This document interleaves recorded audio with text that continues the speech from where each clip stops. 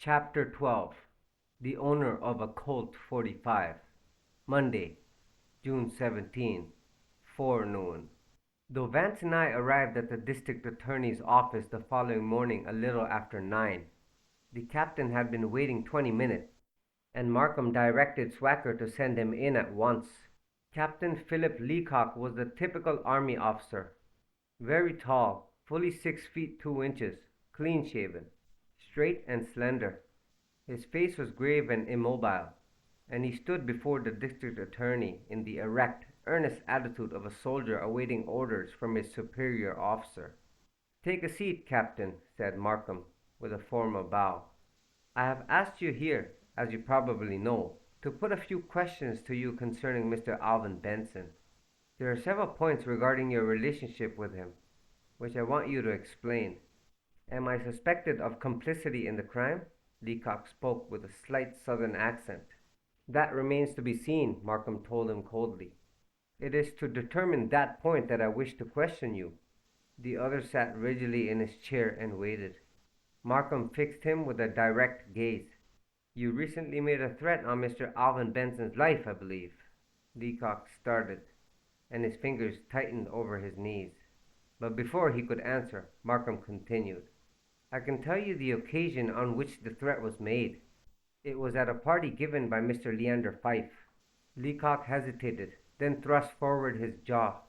"Very well, sir. I admit I made the threat. Benson was a cad. He deserved shooting. That night he had become more obnoxious than usual. He'd been drinking too much, and so had I reckon." He gave a twisted smile and looked nervously past the district attorney out of the window. "But I didn't say shoot him, sir. I didn't even know he'd been shot until I read the paper next day." "He was shot with an army Colt, the kind you fellows carry in the war," said Markham, keeping his eyes on the man.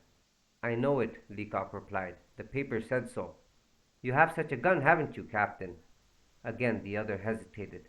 "No, sir." His voice was barely audible. "What became of it?" The man glanced at Markham and then quickly shifted his eyes. I lost it in France." Markham smiled faintly. "Then how do you account for the fact that Mr. Fife saw the gun the night you made the threat?" "Saw the gun?" He looked blankly at the district attorney. "Yes, saw it, and recognized it as an army gun," persisted Markham, in a level voice. "Also, Major Benson saw you make a motion as if to draw a gun." Leacock drew a deep breath and set his mouth doggedly. "I'll tell you, sir. I haven't a gun. I lost it in France." "Perhaps you didn't lose it, Captain. Perhaps you lent it to someone." "I didn't, sir." The words burst from his lips. "Think a minute, Captain. Didn't you lend it to someone?" "No, I did not." "You paid a visit yesterday to Riverside Drive. Perhaps you took it there with you." Vance had been listening closely. "Oh, deuce clever," he now murmured in my ear. Captain Leacock moved uneasily. His face, even with its deep coat of tan, seemed to pale, and he sought to avoid the implacable gaze of his questioner by concentrating his attention upon some object on the table. When he spoke, his voice, heretofore truculent, was colored by anxiety. "I didn't have it with me, and I didn't lend it to anyone." Markham sat leaning forward over the desk, his chin on his hand, like a minotaur graven image. "It may be you lent it to someone prior to that morning." "Prior to?" Leacock looked up quickly and paused, as if analyzing the other's remark. Markham took advantage of his perplexity. "Have you lent your gun to anyone since you returned from France?" "No, I have never lent it," he began, but suddenly halted and flushed. Then he added hastily, "How could I lend it? I just told you, sir." "Never mind that," Markham cut in. "So you had a gun, did you, Captain? Have you still got it?" Leacock opened his lips to speak, but closed them again tightly. Markham relaxed and leaned back in his chair. "You were aware, of course, that Benson had been annoying Miss St. Clair with his attentions." At the mention of the girl's name, the captain's body became rigid. His face turned a dull red, and he glared menacingly at the district attorney. At the end of a slow, deep inhalation, he spoke through clenched teeth. "Suppose we leave Miss St. Clair out of this." He looked as though he might spring at Markham. Unfortunately, we can't. Markham's words were sympathetic but firm. Too many facts connect her with the case. Her handbag, for instance, was found in Benson's living room the morning after the murder. That's a lie, sir. Markham ignored the insult. Miss St. Clair herself admits the circumstance. He held up his hand as the other was about to answer. Don't misinterpret my mentioning the fact. I'm not accusing Miss St. Clair of having anything to do with the affair. I'm merely endeavoring to get some light on your own connection with it. The captain studied Markham with an expression that clearly indicated he doubted these assurances.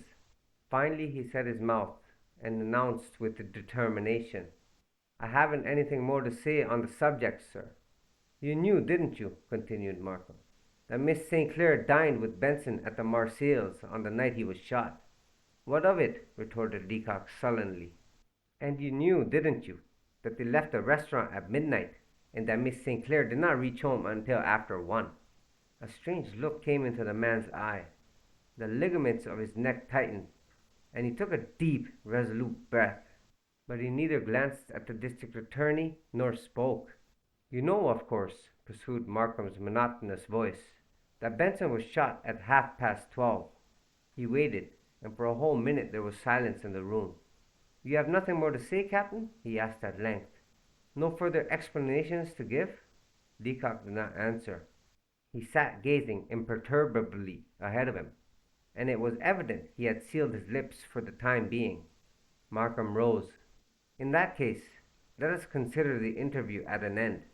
The moment Captain Leacock had gone, Markham rang for one of his clerks. Tell Ben to have that man followed. Find out where he goes and what he does. I want a report at the Stuyvesant Club tonight. When we were alone, Vance gave Markham a look of half-bantering admiration. Ingenious, not to say artful. But you know, the questions about the lady were shocking bad form. No doubt, Markham agreed. But it looks now as if we were on the right track. Leacock didn't create an impression of unassailable innocence. Didn't he? Asked Vance. Just what were the signs of his assailable guilt? You saw him turn white when I questioned him about the weapon. His nerves were on edge. He was genuinely frightened. Vance sighed. What a perfect ready-made set of notions you have, Markham. Don't you know that an innocent man, when he comes under suspicion, is apt to be more nervous than a guilty one? Who, to begin with, had enough nerve to commit the crime, and, secondly, realizes that any show of nervousness is regarded as guilt by you lawyer chaps. My strength is as the strength of 10 because my heart is pure, is a mere Sunday school pleasantry. Touch almost any innocent man on the shoulder and say you're arrested, and his pupils will dilate. He'll break out in a cold sweat. The blood will rush from his face, and he'll have tremors and dyspnea. If he's a hysterique or a cardiac neurotic, he'll probably collapse completely. It's the guilty person who, when thus accosted, lifts his eyebrows in bored surprise and says, You don't mean it, really. Have a cigar. The hardened criminal may act as you say, Markham conceded, but an honest man who's innocent doesn't go to pieces, even when accused. Vance shook his head hopelessly. My dear fellow, Creel and Voronoff might have lived in vain for all of you. Manifestations of fear are the result of glandular secretions, nothing more. All they prove is that the person's thyroid is undeveloped or that his adrenals are subnormal. A man accused of a crime or shown the bloody weapon with which it was committed will either smile serenely or scream, or have hysterics, or faint, or appear disinterested, according to his hormones, and irrespective of his guilt. Your theory, you see, would be quite all right if everyone had the same amount of the various internal secretions, but they haven't. Really, you know, you shouldn't send a man to the electric chair simply because he's deficient in endocrines. It isn't cricket. Before Markham could reply, Swacker appeared at the door and said Heath had arrived. The sergeant, beaming with satisfaction, fairly burst into the room. For once he had forgot to shake hands. Well, it looks like we'd got a hold of something workable. I went to this Captain Leacock's apartment house last night, and here's the straight of it. Leacock was at home the night of the 13th, all right, but shortly after midnight he went out. Headed west, get that, and he didn't return till about 1:15. What about the Hall boy's original story? Asked Markham. That's the best part of it. Leacock had the boy fixed.